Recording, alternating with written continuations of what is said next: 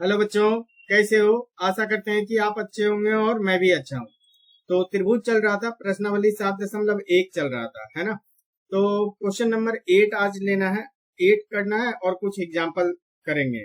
इससे पहले 1 से लेकर के 7 तक एक एक करके जो है सो आपको सॉल्यूशन दे दिए हैं, आपको समझ में जरूर आया होगा। और बाकी जो है सो इसी से रिलेटेड एमसीक्यू जो है सो शॉर्ट्स में डालते हैं, है ना? तो उस पे भी आप कमेंट कर सकते हैं, उससे आपका कॉन्सेप्ट रिवाइज हो जाएगा और आप कैसे करेंगे वो पता चल जाएगा। और कमेंट करके आंसर भी कर सकते हैं। चलिए, तो आज स्टार्ट करते हैं क्वेश्चन नंबर 8 से। 8 भी अच्छा क्वेश्चन है, ध्यान से देखिएगा, आपको क्वेश्चन समझ में जरूर आएगा। इसका सॉल्यूशन क्या बोला है, ध्यान से देखिए। बोला है एक समकोण त्रिभुज एबीसी में जिसमें कोण सी समकोण है ना? कोण सी क्या बोला है? समकोण है, तो मार्क कर लेते हैं। देखिए, ये कोण सी समकोण बोला हुआ है। एम एम कर्ण AB का मध्य बिंदु है। एम जो है सो कर्ण AB का मध्य बिंदु है। तो AB जो है सो इसके सामने क्या हो जाता है? इसी को कर्ण बोलते हैं। ये AB जो है सो आपको कर्ण हुआ, तो इसका ये मध्य बिंदु है। अगर ये मध्य बिंदु है तो ये वाला और ये AM is equal to BM हो जाएगा। अब फिर इसके बाद क्या बोला है? M से D तक इस प्रकार बढ़ाया गया कि DM is equal to CM हो जाएगा। M से D तक इस तरह से बढ़ाया गया कि DM is equal to CM है ना? DM is equal to CM, तो ये भी DM और CM जो है सो बराबर है, ये बोला हुआ है। तो बिंदु D को बिंदु B से मिला दिया जाता है। दर्शाइए, आपको ये AMC सर्वांग सम करना है, BMD के DBC एक समकोण है ये बताना है, DBC फिर ये इस तरीके से चलना है। ठीक है, इसमें 4 पार्ट है, चारों पार्ट एक एक करके करेंगे। तो सबसे पहला काम हमारा क्या होता है? हमें गिवन पार्ट लिखना होता है। ठीक है, तो गिवन पार्ट लिखते हैं। तो हम बोल सकते हैं कि दिया है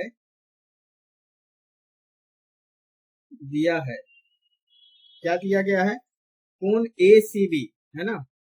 कोण ACB is equal to 90 degree है। ठीक है, और M क्या है? इसका मध्य बिंदु है ना? M मध्य बिंदु है किसका? AB का।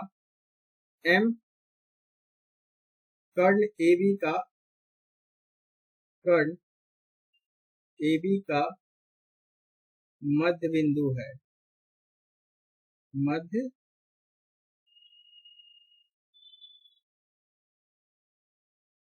मध्य बिंदु है। ठीक है, मध्य बिंदु है। तो आप यहां से क्या बोल सकते हैं? AM is equal to BM बोल सकते हैं ना? तो इसलिए हम बोल सकते हैं कि AM is equal to BM हो जाएगा। इसको हम समीकरण 1 बोल देते हैं। अच्छा, और भी दिया हुआ है DM is equal to CM, है ना? तथा DM is equal to CM दिया हुआ है। DM is equal to CM, आपको इसको समीकरण 2 दे। ठीक है, तो पहला पार्ट में आपको क्या करना है? आपको सबसे फर्स्ट पार्ट में AMC आपको प्रूव करना है। तो हम लिखेंगे क्या? सिद्ध करना है, सिद्ध करना है। क्या करना है? सिद्ध। पहला पार्ट, त्रिभुज AMC सर्वांग सम है त्रिभुज BMD का, BMD का। ठीक है, दूसरा पार्ट करना है आपको DBC, कोण DBC is equal to 90 degree करना है। तीसरा पार्ट आपको करना है DBC सर्वांग सम ACB, त्रिभुज DBC सर्वांग सम है त्रिभुज ACB का, ACB। और चौथा पार्ट करना है CM is equal to AB बटा 2 करना है। ठीक है, AB बटा 2, इतना पार्ट आपको करना है। ध्यान दीजिए, सबसे पहले AMC आप मार्क कर लीजिए। AMC कौन सा हुआ? ये वाला त्रिभुज हुआ। ठीक है, ये वाला त्रिभुज हुआ। ठीक है, और BMD ये वाला त्रिभुज हुआ। ठीक है, BMD आपको ये त्रिभुज हुआ। ठीक है, तो यहाँ से आपको ये दोनों करना है। देखिए ध्यान से कैसे करेंगे। यहाँ से यहाँ बोल सकते हैं ये शीर्षाभिमुख कोण हो जाएगा, ये शीर्षाभिमुख कोण हो जाएगा, ठीक है। और यहाँ से फिर इसमें देखिए ये वाला भुजा इसके बराबर, ये भुजा इसके बराबर, तो ये क्या हो जाएगा, एस ए एस से सर्वांग सम हो जाएगा। चलिए देखते हैं।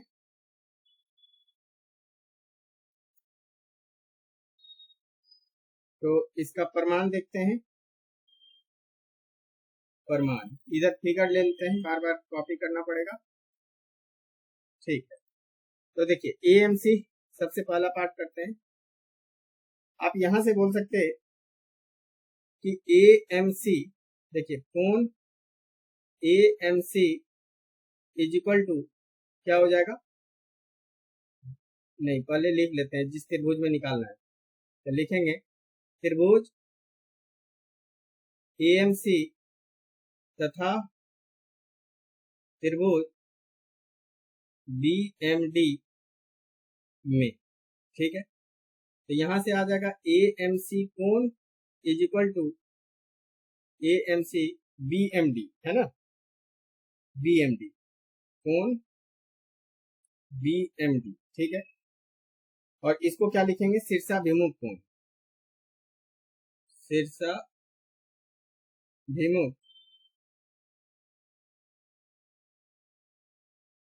शीर्षाभिमुख कोण, ठीक है। अच्छा अब क्या बोल सकते हैं, AM is equal to BM बोल सकते हैं, AM is equal to BM. और ये कहां से, ऊपर समीकरण 1 माने हैं तो यहां लिख देंगे समीकरण 1 से, समीकरण 1 से, ठीक है। वैसे ही आप बोल सकते CM is equal to DM समीकरण 2 से, CM is equal to DM बोल सकते हैं समीकरण 2 से, ठीक है। तो ऐसे मार्क है, ठीक है। ये हो गया समीकरण 2 से। अब देखिए ये वाला कोण और ये वाला कोण बराबर है, तो ये क्या आ जाएगा, एस ए एस से सर्वांग सम। तो लिखेंगे क्या, त्रिभुज एएमसी सर्वांग सम हो जाएगा त्रिभुज बीएमडी के। इससे आप बोलेंगे एस ए एस सर्वांग समता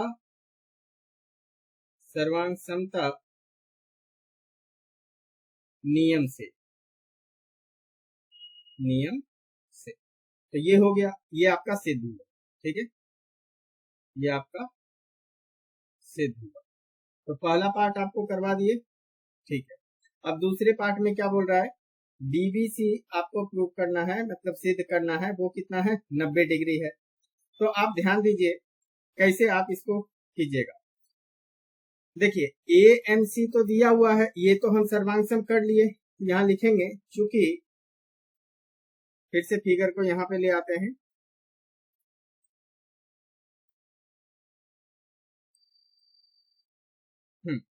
देखिए आप बोलिएगा एएमसी त्रिभुज एएमसी सर्वांग सम है त्रिभुज बीएमडी के, है ना, ये तो प्रूव किए, ये प्रूव किए। तो यहां से हम क्या बोल सकते हैं, ए देखिए ये है ना AMC is equal to BMD इनके सर्वांग सम है, तो यहां से हम बोल सकते हैं ए सी एम, मतलब ये वाला कोण है ना, ए सी एम, तो वही हो जाएगा बी डी एम, है ना, बी डी एम हो जाएगा। तो इसलिए हम बोल सकते हैं क्या, कोण A M C is equal to कोण बी, नहीं A M C, A C M होगा, A C M is equal to B D M, है ना, ये हो जाएगा किससे, सीपीसीटी से, यहाँ लिख देंगे सीपीसीटी, ठीक है। जब ये हो गया तो ध्यान दीजिए आप अब इससे पकड़िए, ठीक है। क्या, जैसे आप देखिए जेड बोले थे बनाने के लिए, ध्यान दीजिए ऐसे गए और ऐसे आ गए, तो यहां से देखिए जेड आपको बन रहा होगा, ये ऐसे और ऐसे, तो यहां से ये वाला कोण और ये वाला कोण हमारा इक्वल हो गया, तो इसको क्या बोलते हैं, एकांतर कोण बोलते हैं। अगर ये कोण इक्वल हो गया तो फिर जो है हम बोल देंगे कि ये दोनों डीबी और एसी क्या हो जाएगा, समानांतर हो जाएगा, ठीक है। बीबी और एसी समानांतर हो जाएगा। तो आप यहां से बोल सकते हैं क्या, ACM is equal to BDM हो गया, तो यहां से हम बोल सकते हैं क्या, बीडी समानांतर हो जाएगा किसके, एसी के, और कंडीशन क्या लग जाएगा, एकांतर कोण से ये इक्वल हो जाएगा। ठीक है, क्योंकि ये इक्वल है, बाइसेक्टिसिटी से ये हुआ, और इसके बाद बीडी समानांतर हो जाएगा। अब अगर ये लाइन ध्यान दीजिए, ये लाइन ध्यान दीजिए, और ये लाइन आपको समानांतर मिल गया।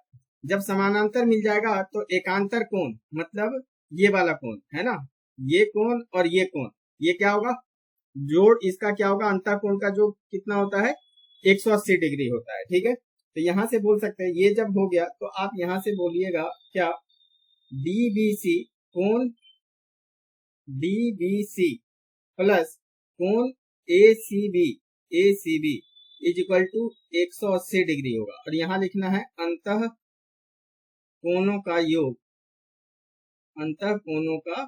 योग, है ना, आपको समझ में आया होगा, अंतः कोणों का योग, ये हो गया। तो आपको ये तो दिया हुआ है, एसीबी आपको दिया हुआ है 90 डिग्री, तो डीबीसी प्लस एसीबी 90 डिग्री दिया हुआ है, तो 180 आ जाएगा। तो डीबीसी आपके पास कितना आ जाएगा, 180 माइनस का 90, तो डीबीसी भी आपका आ जाएगा 90 डिग्री। और ये भी क्या करना था, आपको सिद्ध करना था। तो सेकंड वाला भी पार्ट जो है सो हो गया, यहाँ लिख देते हैं सिद्ध हुआ। ठीक है, सिद्ध। चलिए ये भी आ गया।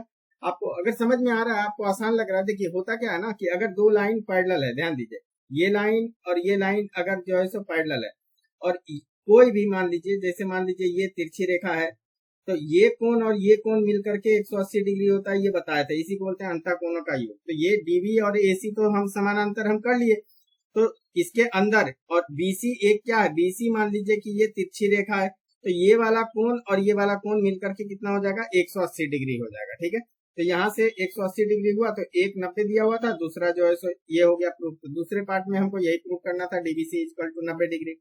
अब तीसरे पार्ट में क्या है, आपको डीबीसी और एसीबी लेना है, तो हम वही ट्रायंगल ले लेंगे, है ना, हम वही ट्रायंगल ले लेंगे। तीसरा पार्ट देखिए, तीसरा पार्ट में क्या है, त्रिभुज डीबीसी तथा और कौन सा है, एसीबी, त्रिभुज एसीबी में। ठीक है, तो फिगर यहां लाते हैं फिर से, देखिए अब आपके पास क्या है, डीबीसी, तो डीबीसी कौन सा हुआ, डीबीसी मतलब ये पूरा बड़ा वाला ट्रायंगल हुआ। ठीक है, ये वाला हुआ ट्रायंगल, और फिर एसीबी, ये वाला ट्रायंगल हुआ एसीबी। अगर इसमें कंफ्यूजन होगा तो फिर आपको क्या करना है, इसको नीचे निकाल के रख लेना है। ठीक है, इसको नीचे करना होगा, एक सेकंड रुक जाइए, इसमें 4 पार्ट है ना, इसलिए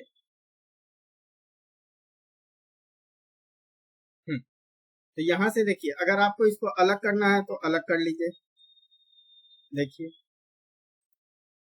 और इसको मार्क कर लेते हैं। आप देखिएगा, ये क्या है, डी, ये क्या है, बी, ये क्या है, सी, फिर ये क्या है, ए, फिर ये क्या हुआ आपको, सी, और ये हुआ आपको बी। तो आप देखिए, ए सी बी, हाँ ठीक है। तो आप देखिए, इधर से जब लिए तो बी, ये 90 डिग्री हुआ ए बी सी, और इधर ए सी बी 90 डिग्री दिया हुआ था। चलिए यहां तक हुआ। अब बीसी दोनों में क्या है, दोनों में बीसी क्या है, कॉमन है ना, उभयनिष्ठ रेखा है। अच्छा, ये हो गया। अब उसके बाद देखिए किस तरीके से करना है, एक कोण जो है सो इक्वल आ जाएगा। कैसे करेंगे, ध्यान दीजिए, आप ये बोल सकते हैं, ध्यान दीजिए, अगर हमने प्रूव किया है, हमने सिद्ध किया A M C is equal to B M D, तो आप यहां से हम बोल सकते हैं A C is equal to B D हो जाएगा, ये भी हो जाएगा। चलिए हम यहां से लेते हैं, आप लिखेंगे, चूंकि आप एक पार्ट प्रूव किए क्या, ए एम सी सर्वांगसम है बी एम डी के, तो त्रिभुज ए एम सी सर्वांगसम है त्रिभुज बी एम डी के। ठीक है, ये आप सिद्ध किए हुए। तो यहां से क्या आ जाएगा, A C is equal to B D, AC is equal to BD, इसको आप समीकरण 3 बोल दीजिए, ठीक है, समीकरण 3। और ये क्यों होगा? CPCT से, CPCT से, CPCT से आप लिख, ये हो गया समीकरण 3 हो गया। अब जो आपको प्रूफ करना है बस उसको ले लीजिए, देखिए आसानी से हो जाएगा। तो हम बोल देते हैं त्रिभुज, ये वाला यहाँ लिख लेते हैं, ठीक है।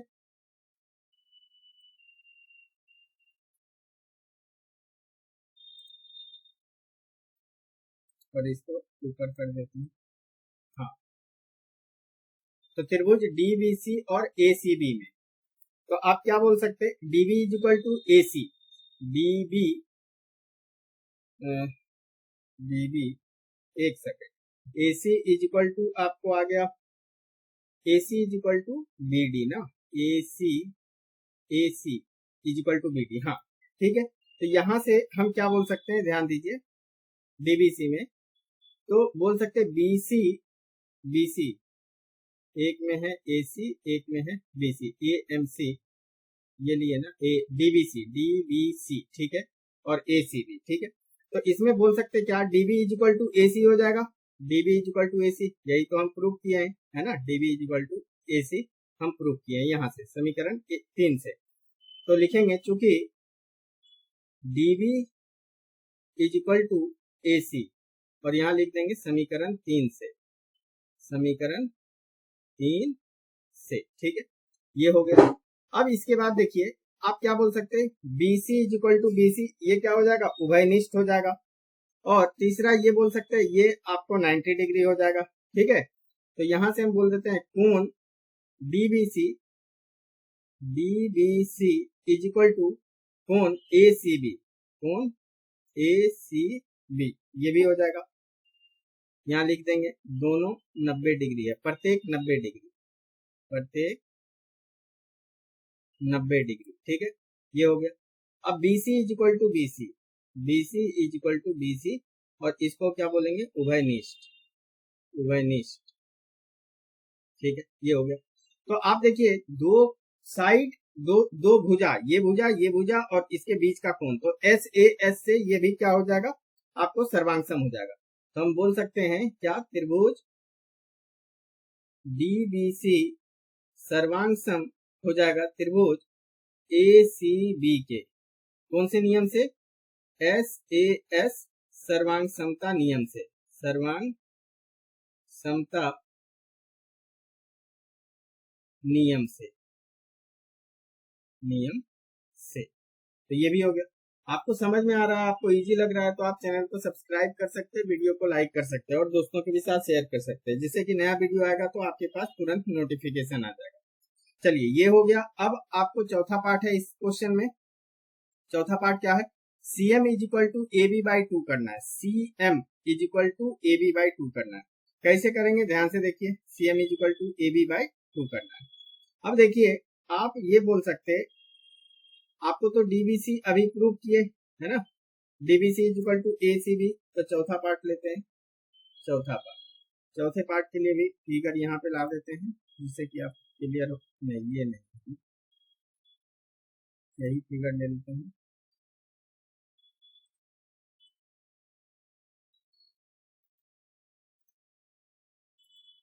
चलिए तो यहाँ आ जाइए, आपको हम बोल सकते हैं, चूंकि अभी प्रूव किए हैं त्रिभुज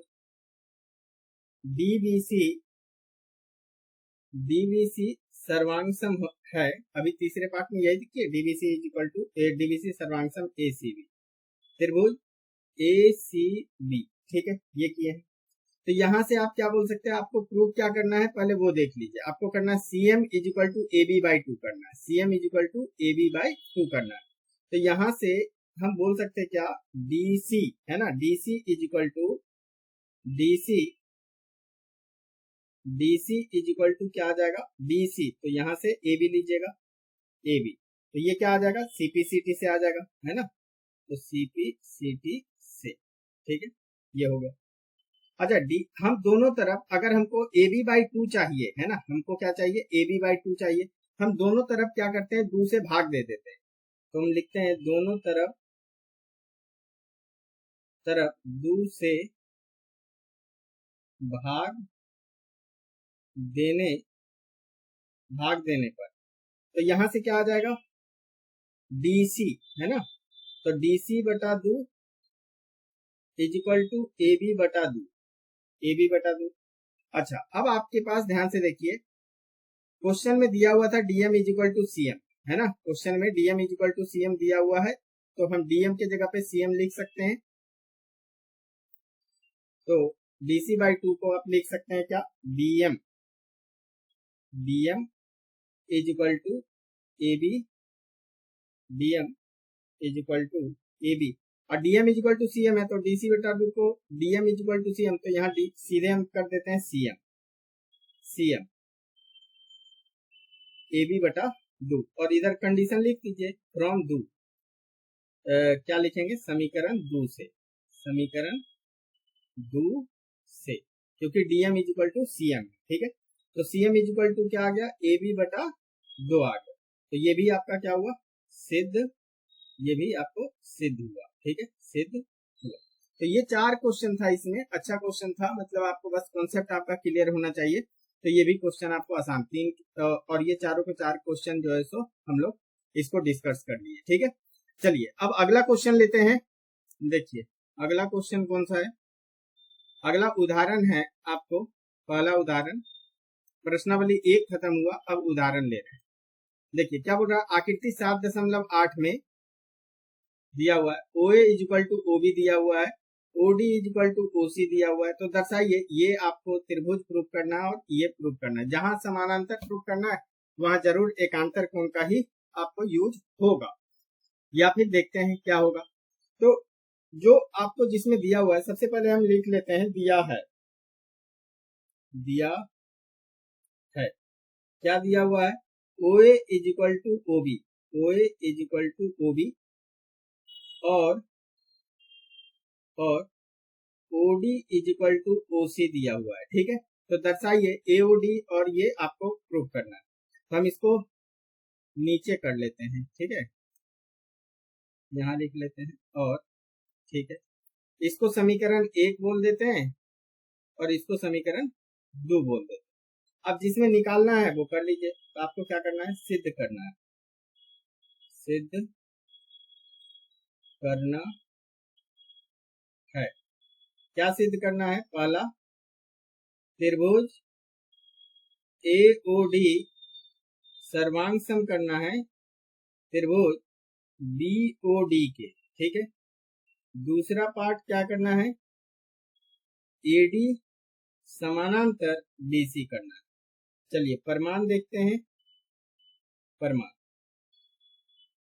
तो जिस त्रिभुज में बोलेगा वही त्रिभुज हम ले लेंगे, है ना, तो यहाँ पे फिगर कॉपी कर दिए, आपको सबसे पहले AOD में लेना है, ठीक है, तो त्रिभुज AOD तथा त्रिभुज BOD में, तो ध्यान दीजिए AOD कौन सा है, AOD ये वाला है, BOD कौन सा है, AOD, ठीक है, और BOD नहीं, BOC है, तो इसको BOC कीजिए, BOC, तो यहाँ भी कर लेते हैं BOC, तो BOC आपके पास ये वाला ट्रायंगल है। अब यहाँ देखिए दो चीज तो दे दिया, ये वाला और ये वाला इक्वल है ना, OC is equal to OD, फिर यहाँ पे दिया हुआ AO is equal to BO दिया हुआ, ये भी क्वेश्चन में आपको गिवन है, समीकरण 1 समीकरण 2 में लिखे। और दूसरा ये क्या हो जाएगा, जब भी x बनता है तो इसको क्या बोलते हैं, शीर्षाभिमुख कोण, तो ये और ये इक्वल है, तो यहाँ से क्या आ जाएगा, SAS सर्वांग से ये दोनों त्रिभुज जो है तो सर्वांग हो जाएगा, तो आसान है। आप यहाँ से बोल सकते हैं, सबसे पहला AO is equal to BO, AO is equal to BO, और दूसरा बोल सकते हैं हम AO is equal to BO किससे हो जाएगा, समीकरण 1 से, समीकरण 1 से, यहाँ लिख लेते हैं, या आप लिख सकते हैं यहाँ पे दिया है ना, समीकरण 1 से, और फिर क्या बोल सकते हैं, एक AOD, कोण AOD इज इक्वल टू कोण BOC, और इसको हम क्या बोलेंगे, शीर्षाभिमुख कोण, शीर्षाभिमुख शीर्षाभिमुख कोण। अब तीसरा क्या हो जाएगा, एओ ले लिए, अब बीओ ले लिए, तब यहां से आ जाएगा सीओडी, है ना, वो DO is equal to CO, तो DO is equal to CO, और ये कहां से, समीकरण 2 से, समीकरण 2 से, या फिर आप लिख सकते दिया है, देखिए समीकरण 2 में यही लिखे OC is equal to OD, तो आप इसको लिख सकते हैं ओडी, तो या डीओ जैसे भी लिख सकते, तो ये हो गया। तो यहां से क्या हो जाएगा, ये दोनों त्रिभुज सर्वांगसम हो जाएगा, तो त्रिभुज एओडी सर्वांगसम हो जाएगा त्रिभुज बीओसी के, और कौन से, एसएएस सर्वांग समता नियम से, सर्वांग समता नियम से, ठीक है, ये हो गया। अब इसके बाद देखिए सेकेंड पार्ट में क्या बोला आपको, एडी समानांतर बीसी करना है, तो ये पहला पार्ट हो गया। दूसरा पार्ट देखिए, क्योंकि दूसरा पार्ट आपको करने के लिए ध्यान दीजिए, अभी तो हम ये प्रूफ किए हैं, है ना, ये ऑलरेडी प्रूफ किए, तो आप बोल सकते हैं चूंकि दूसरा पार्ट त्रिभुज एओडी सर्वांगसम है त्रिभुज बीओसी के, ठीक है, बीओसी के, ठीक है, ये दिया हुआ है, तो हम यहां से क्या बोल सकते हैं, ध्यान से देखिए, ओएडी मतलब ये वाला ओएडी इज इक्वल टू आप बोल सकते हैं ओबीसी, तो ध्यान से देखिए ये दोनों हो जाएगा, बाई सीपीसीटी से पहले लिख लीजिए क्या, ओएडी इज इक्वल टू हो जाएगा ओबीसी के, ठीक है, ओबीसी के, ये किससे, सीपीसीटी से, और ये आप देखिएगा कि सीपीसीटी से जब हुआ तो ये दोनों आपको एकांतर कोण बनेगा, ध्यान से देखिए, ये जेड शेप आपको देखिए दिख जाएगा, तो यहां से ये एकांतर कोण हो जाएगा, जब भी आपको जेड शेप बनेगा, अगर ये इक्वल है एकांतर कोण, तो ये लाइन और ये लाइन पर समानांतर होता है, समांतर होगा, और अगर समांतर है तो ये इक्वल है, दोनों तरफ से चलता है, तो यहां से हम क्या कर सकते हैं, क्या कि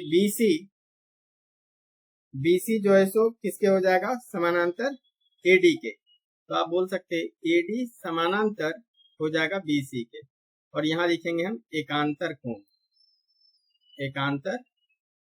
बस इतना लिखिएगा, आपको नंबर मिल जाएगा। तो जब ये हो गया तो यहां से हम लिख देते हैं सिद्ध हुआ,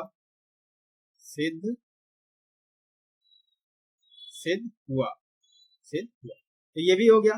तो क्वेश्चन नंबर 8 भी बड़ा था, क्वेश्चन नंबर फिर एग्जांपल 1 करवाए, अब अगले वीडियो में एग्जांपल 2 और 3 लेंगे, वो भी समझाएंगे, वो भी अच्छा क्वेश्चन है, 2-3 इवन अच्छा है, ये भी आपको आसानी है, डिफिकल्ट नहीं है, इससे एमसीक्यू भी बनता है।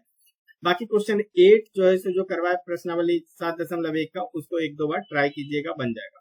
बाकी मिलेंगे अगले वीडियो में, तब तक अपना ख्याल रखें, बड़ों का ख्याल रखें। Thank you for watching.